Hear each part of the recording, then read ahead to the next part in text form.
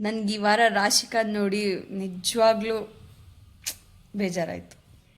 ಪ್ರತಿ ವಾರ ರಾಶಿಕನ್ ನೋಡಬೇಕಾದ್ರೆ ನನಗೆ ಯಾವುದು ಕ್ವಾಲಿಟೀಸೇ ಸಿಗ್ತಾ ಇರಲಿಲ್ಲ. ಇವ್ರನ್ನ ಒಂದು ತಗೊಂಡು ಹೇಳ್ಬೇಕು, ಏನಾದರೂ ಒಂದು ಹೇಳ್ಬೇಕಂತ. ಬಟ್ ಈ ವಾರ I felt very bad to Rashika. ಯಾಕೆ ಅಂತಂದರೆ, ಒಂದು ಅವ್ರದ್ದು ಅಲ್ಲದೆ ಇರೋ ಟಾಸ್ಕನ್ನು ಅವರು ತಮ್ಮದು ಆಗಿ ತಗೊಂಡು ಎಲ್ಲ ಟಾಸ್ಕ್ನು ಆಡ್ಕೊಟ್ರು.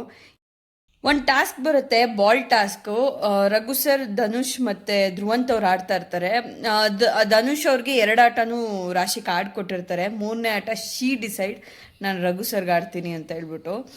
ಆವಾಗ ಚೆನ್ನಾಗಿ ಅನ್ನಿಸ್ತು, because she want to support. ಒಬ್ರನ್ನೇ ಸಪೋರ್ಟ್ ಮಾಡಲಿಲ್ಲ, ಬಾಕಿಯವ್ರನ್ನೂ ಸಪೋರ್ಟ್ ಮಾಡಬೇಕು ಅನ್ನೋದು ಅವ್ರ ಥಾಟ್ ಬಂತು. ಫೈನಲಿ ನಂಗೆ ಬೇಜಾರಾಗಿದ್ದು, ಈ ವಾರನೂ ಉತ್ತಮ ಅವಳು ಆಗಿಲ್ಲ ಅಂತ.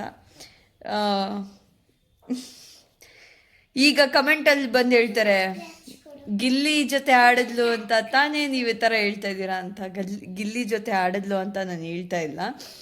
ಅವಳು ಕೂಡ ಸ್ಟೇಟ್ಮೆಂಟ್ ಮಾಡಿದ್ದಾಳೆ, ಈಗ ನಾನು ನೀನು ಆಡ್ತಾ ಇದ್ದೀವಿ, ನೆಕ್ಸ್ಟ್ ಟಾಸ್ಕ್ ಬಂದರೆ ನಾನು ನೀನು ಆಪೋಸಿಟಾಗಿ ಆಡಬೇಕು.